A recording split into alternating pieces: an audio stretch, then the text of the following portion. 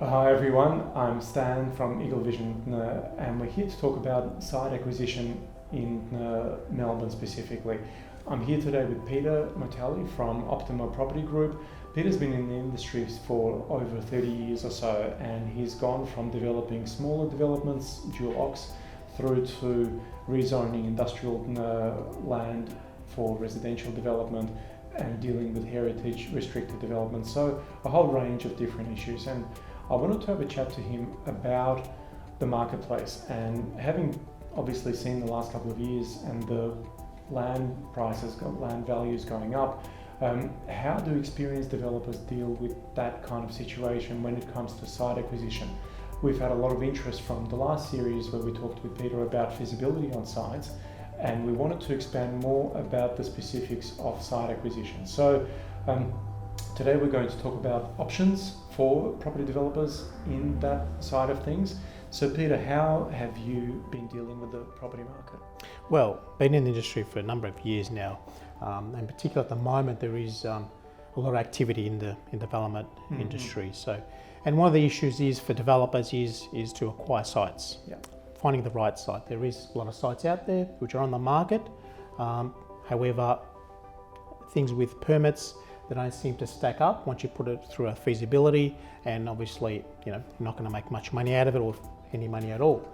So acquiring sites can become very difficult. So you need to look at, there are other options to look at. You really need to look at other options to buy something or acquire sites to actually make you some money, a profit margin out of the project. So we're looking at different options, I suppose, to discuss ways of purchasing sites. And one of the options, I suppose, is acquiring sites that are off market. We all know that we can go on the internet, have a look what's on for sale, and look at boards that are for sale, and generally the bigger commercial agents have got developments, and usually they take it to auctions and things like that. So you've got a lot of competition there, and there can be very difficult to acquire one that's really going to be a profit margin in it. So, and having that competition there makes it a lot harder. So there is options. Most sites that are acquired are actually purchased or acquired off market. So that means there's been no boards there, hasn't been on the internet, but the actual transaction's taken place. However, it might have been straight from another developer or the vendor or whoever it may be, or dealing direct with the vendor developer's approach. So there's a lot of options in acquiring the sites and ways of doing it. So yeah, fair enough. And so I guess, is there a particular case study or anything where some developers can get ahead into that side of things on buying an off-market project? Well, there is a few options. One of them is dealing directly with a vendor, approaching the vendor directly, trying to create a win-win situation. They've got a potential development site, they know that it is, however, sometimes they're not ready to sell, but however, other times the timing might be right, and they're looking at, we can get a certain price, and we're looking at selling, and create the win-win situation just by creating the right terms. You may be able to offer that little bit more to the vendor, just to get a year or 2 years settlement terms, just to give you time to get the planning approval. So, it gives you time. You don't have to pay interest on holding the property for that time while you're getting planning approval, which is going to add value to the site anyway. And the vendors are getting that little bit more, which they're happy to wait that period of time. So it's dealing direct with the vendor. Another option would be to deal with real estate agents. However, agents that are dealing with sites that are off market directly. So getting in with those agents that are dealing with developers and vendors. Is that easy to do? Well, it's not always easy. Nothing's really easy, but I think it tend to be a bit more doing your research and knowing what you're looking for and identifying the sites that you're looking for. So that way you can focus rather than just looking at anything and everything. So if it's apartment sites you're looking for, if it's townhouse sites in particular suburbs, distance from the city, a lot of factors to take into account. So identifying what you're looking for and then focusing on that.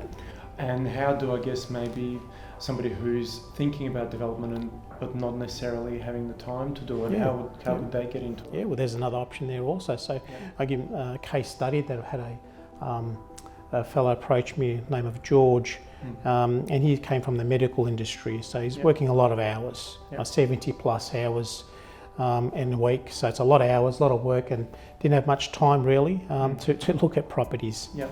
He had a small portfolio Yep. already, I think a house and a townhouse and a couple of apartments Yep. in his portfolio, but he wanted to add to this portfolio, and he was just savvy enough and just want to be able to develop his own projects. Yeah. And that is an option, even though you haven't got the time. He had the funds and the equity to develop, Yeah. but obviously didn't have the time to do it. So rather than buying another property, retail from another developer or another project, another apartment somewhere, he wanted to get into development so he can invest his money in development. So at the end he would have some assets that he can contribute and add to his portfolio that are obviously more of a price that's not as a retail price, a bit more price way that it'd be a cheaper end point by developing it. That's good. So now, obviously, there are other options for acquisition.